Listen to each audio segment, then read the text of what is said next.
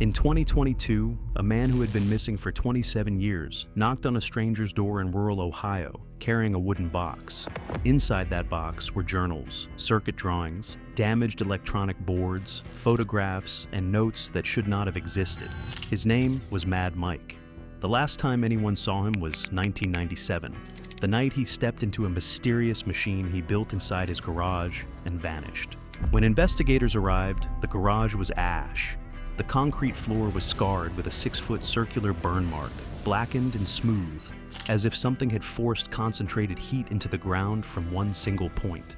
Copper wiring had melted into the concrete, transformers destroyed.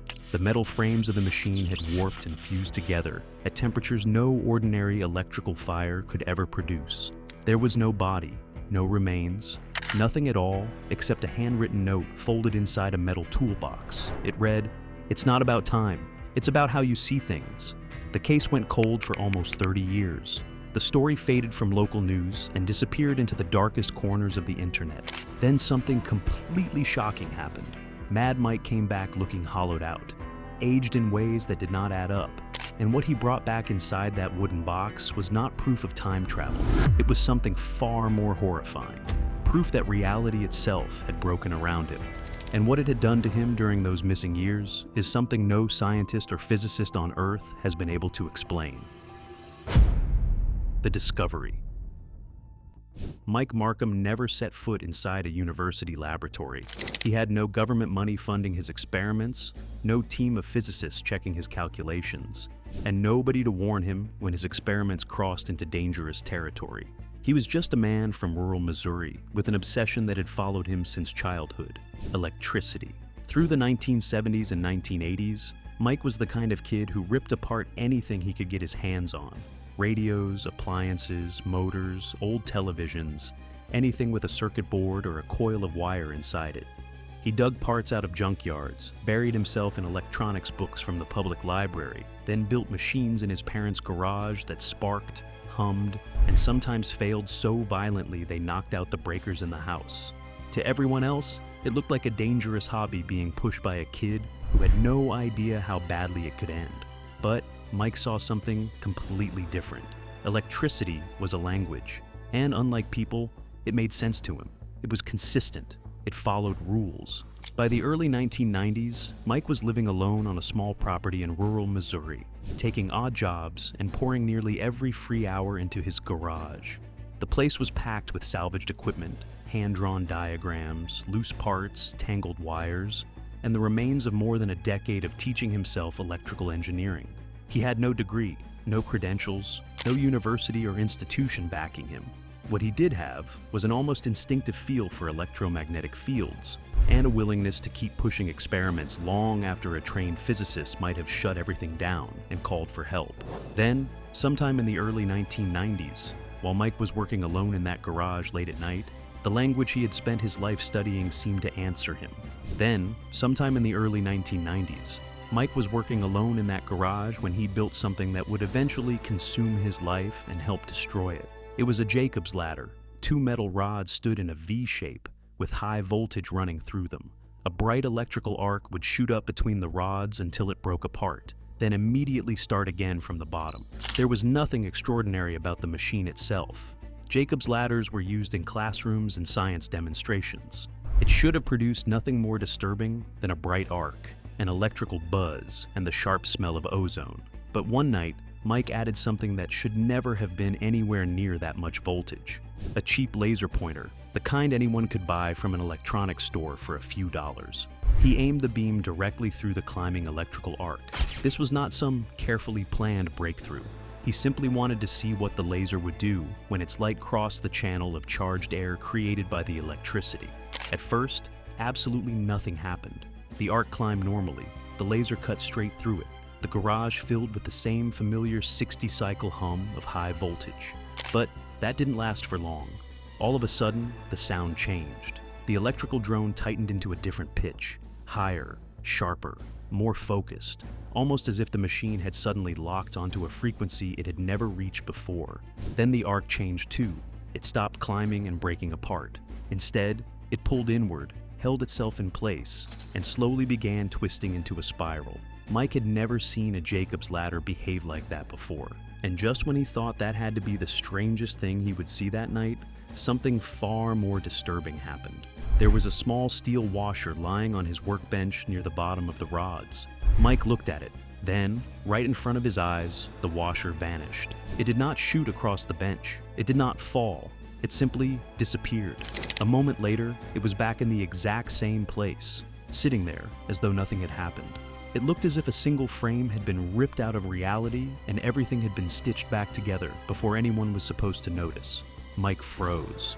Then he started placing other objects near the rods: screws, coins, small pieces of metal. And every so often, when the laser angle, voltage, and electrical arc lined up in exactly the right way, another object would vanish, only for a heartbeat. There was no flash, no explosion, no movement he could follow with his eyes.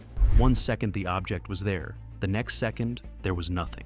Then it snapped back into existence exactly where it had started, almost as if whatever had happened had suddenly reversed itself. Something else was wrong inside that garage. The air still carried the sharp stink of ozone, but underneath it was another smell, metallic, cold. His skin tightened, the hair on his arms stood up, and this did not feel like ordinary static electricity. His body seemed to be reacting before his mind could even understand what it was reacting to. That was the night Mike Markham's life split into two halves, before the field and after it. He had no idea what he had stumbled into. He did not have the scientific vocabulary to properly describe it, or the formal training to explain what was happening. But there was one thing he no longer doubted. Whatever this was, it was real. And Mike wasn't the only one reacting to it. Over the next few days, his dog suddenly refused to go anywhere near the garage. It would reach the doorway, lock its feet in place, and refuse to move another inch no matter how hard Mike tried to coax it inside. And animals reacting to electric fields is not as strange as it sounds. Scientists have measured similar sensitivity in different species. Cockroaches can change direction when they detect strong electric fields nearby. Migrating birds can become disoriented around electromagnetic interference far weaker than what Mike believed he was producing inside that garage. Animals can detect environmental signals that humans barely notice at all. Mike desperately needed another person to hear what had happened before he started wondering whether he was losing his mind. So, he made a call. What he could not possibly know was that this call would drag his obsession even deeper, until he was gambling his freedom, his life, and eventually something far worse. The call. Mike called Coast to Coast AM, a late-night radio show that ran through the 1990s as one of the most listened to overnight programs in the entire country. The host, Art Bell, built his whole show around one simple rule. He let strangers call in and describe things nobody else would take seriously, and he actually listened. That reputation is exactly why a man like Mike, terrified and half convinced he'd lost his mind, would trust a total stranger with what he'd seen in that garage. Mike sounded nervous, like a man trying to say something out loud for the first time, and hating how it sounded the moment it left his mouth. He recounted every frightening thing he experienced in that garage. Art pushed back right away. Could it be a trick of the eye? Could the heat from the arc be distorting the air directly around the object, making it look like it disappeared when it had actually just become harder to see? Mike said no. He knew it was real because he could feel it happen. The second the Jacob's ladder switched on and the arc started climbing, the electromagnetic energy radiating out from those rods changed the entire atmosphere inside that garage. The air turned heavy and thick, pressing in on him from every direction, like the atmosphere inside that room had physically shifted into something denser than normal air. It felt like the room had quietly slipped into a slightly different version of itself, and he was standing right in the middle of it. Then Mike told Art about the animals. His dog wouldn't go near the garage anymore. Birds, too, had stopped landing on the roof completely. Insects wouldn't fly anywhere near the door. Something inside that space was pushing every living thing away from it. Art told him to slow down, document everything, get witnesses, record videos, bring in real scientists who could check his work and keep him safe. But Mike, he refused to do any of that. He sped up instead. By the summer of 1995, his home power supply couldn't keep up with what he needed anymore, so he did something totally reckless. He He broke into a rural electrical substation and stole 6 industrial transformers, then wired them straight into his setup. Substations like that carry enough voltage to kill a person in an instant if a single wire is touched the wrong way. Mike got in, disconnected all 6 transformers without accidentally touching a live wire, and made it out alive. The power draw was so massive it caused a brownout across the entire neighborhood, dimming lights in several houses. Utility workers traced the surge straight back to his garage, and Mike was arrested for theft of utility equipment. He served 60 days in county jail. For most people, 60 days in a cell would have ended everything. For Mike, it did the opposite. Jail gave him a place to sit still and think, and that was dangerous. He spent the entire sentence sketching circuit designs on any paper he could find. He wrote down every mistake in his setup and worked out exactly how to fix each one. By the time Mike walked out of that cell, he was ready to do something far more dangerous than anything he had ever switched on inside that garage. When Mike called Art Bell again, Art heard the difference almost immediately. The frightened, uncertain man from that first call was gone. Mike sounded confident now, almost obsessed, and what he claimed was happening inside that garage had become far more disturbing. The objects were no longer disappearing for a split second. Mike said a wooden block vanished for 3 full seconds. Then it suddenly reappeared in exactly the same spot. But when Mike touched it, he got a shock. The block was ice cold. Seconds earlier, it had been sitting at room temperature. So, where had it been during those 3 missing seconds? And what could possibly have made it that cold? Then Mike tried a flower. It vanished. When it came back, Mike said the flower had wilted almost beyond recognition. The petals were dry and brittle. The stem had shriveled. Only seconds had passed inside Mike's garage. But the flower came back looking as though it had been gone for days. And that left Mike with a terrifying question. Where were these objects actually going? Mike had a name for whatever was happening near the spinning arc. He called it the field, which is the space right around the rods where objects kept disappearing and coming back. Then Mike admitted what he'd done next, and this is where the story turns genuinely disturbing. He said he put a live mouse inside a small cage and placed it in the field. The mouse vanished for 5 seconds. When it came back, it was alive, but something in it was broken. It spun in tight, frantic circles, slamming its body against the sides of the cage over and over. It was panicking. Mike had never seen an animal behave that way before. It refused to eat. It refused to drink. 2 days later, it died. Scientists studying electromagnetic field exposure on lab mice have recorded actual physical damage from strong exposure, including brain tissue changes, memory loss, and permanent behavior disruption. Mike's mouse spinning in that cage wasn't just frightening to watch. It matches damage researchers have measured and documented in real laboratories.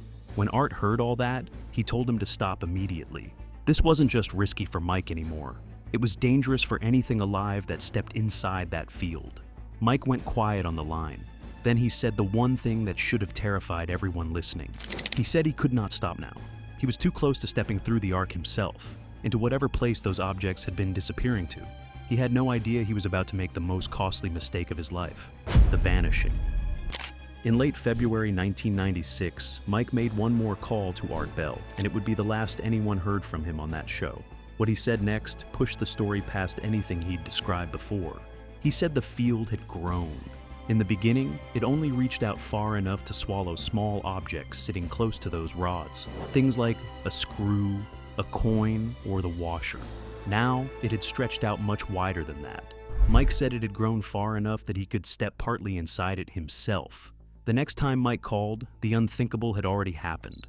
Mike confessed that he had actually stepped in. The moment he did, everything outside the field seemed to slow down. Sounds stretched and dragged out low, like a recording playing at half speed.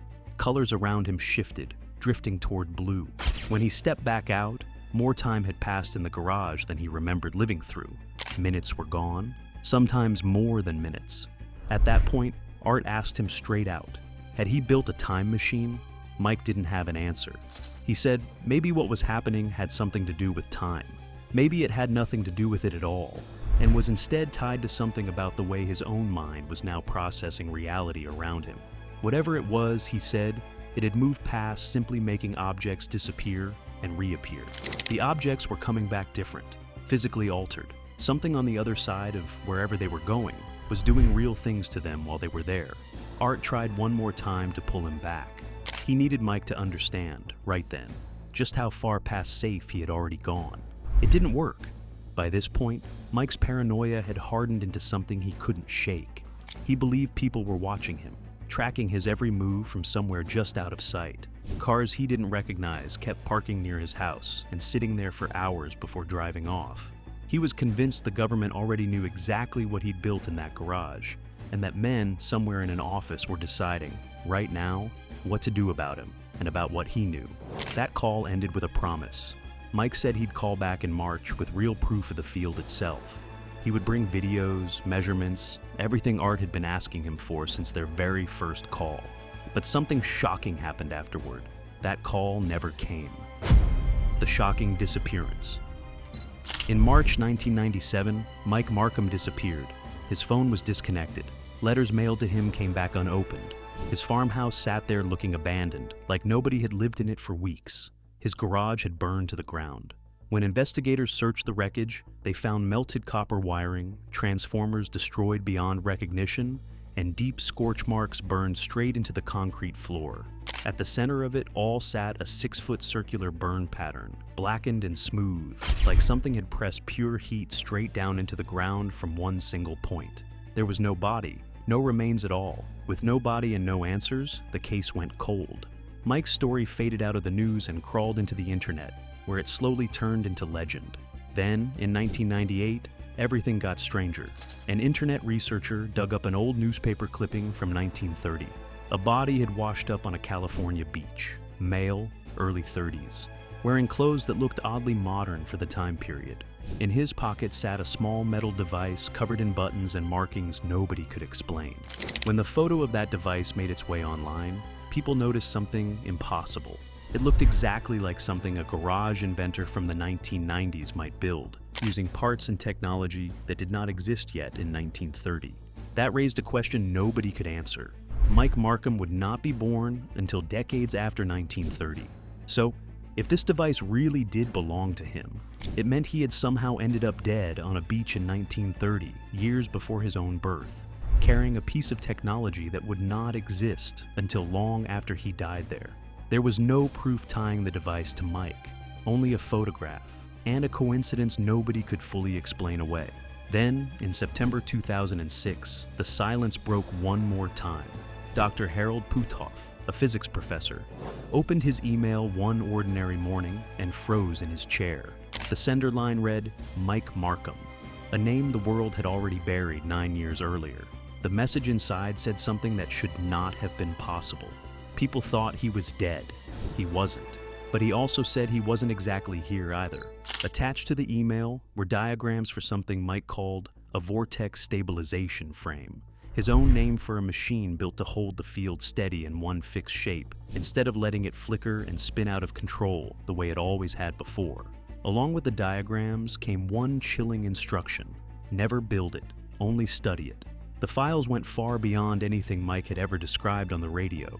There were drawings of the wiring itself, math laying out exactly how strong the field needed to be to hold its shape, and detailed warnings about what repeated exposure could do to a living body over time. Those warnings described the exact same effects that had killed that mouse years earlier: spinning, panic, refusal to eat, death within days.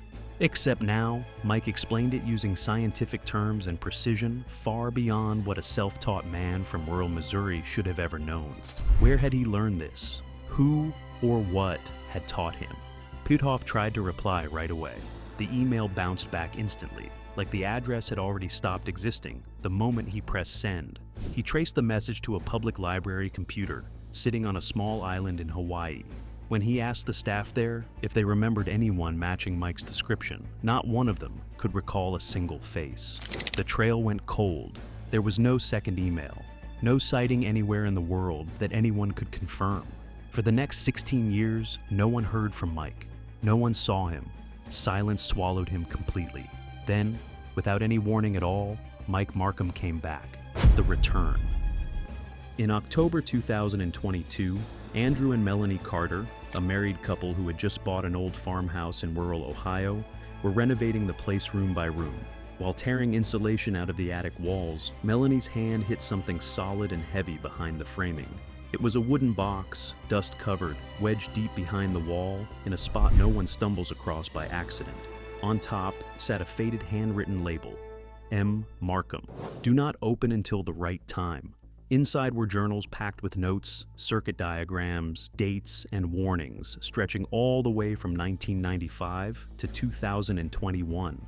26 years of documentation, sitting untouched in a stranger's attic. There were circuit boards sealed inside anti-static bags, and a Polaroid photograph showing a man standing beside a massive ring-shaped metal frame in a basement workshop.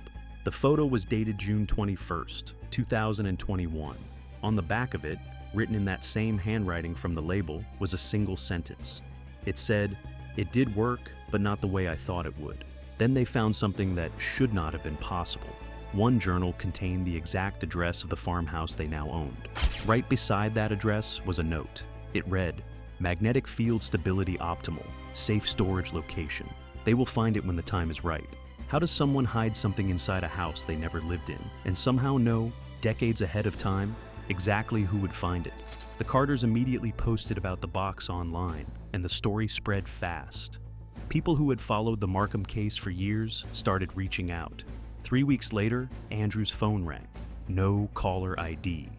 The voice on the other end was older, worn down, tired. But to anyone who had ever heard the old radio recordings, it was unmistakable. It sounded exactly like Mike. And indeed, it was him. He said his name. Then he asked if he could come explain what happened. He arrived on a cold October evening, 59 years old, exactly the age he should have been if he had lived a normal life since 1997. But he looked older than that. Not just aged, drained, like something had been quietly pulled out of him that had nothing to do with time passing. Sitting at their kitchen table, he told them the truth. And it was not time travel. He said the machine never sent him backward or forward through time. It desynchronized him. He stayed in the same world, the same places, the same sequence of events as everyone else. He was just out of step with all of it, like a radio tuned slightly off the station. He described the night of the fire. The machine had finally stabilized for the first time, holding steady instead of flickering. In one reckless moment, Mike stepped fully inside. There was no flash, no portal, only a sickening silence, as if the world had shifted slightly to one side and left him standing in the space it used to occupy.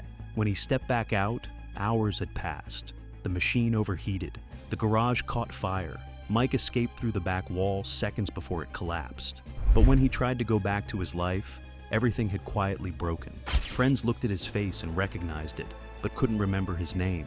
His landlord remembered renting to someone, but couldn't connect that memory to Mike at all. Phone calls failed for no reason. Paperwork became impossible. People would talk to him, laugh with him, respond to him in real time, and then forget the entire conversation within hours. Mike said he hadn't vanished. He'd become something worse, difficult to perceive, difficult to remember, as if the human mind could register him in the moment, but couldn't lock him into memory afterward.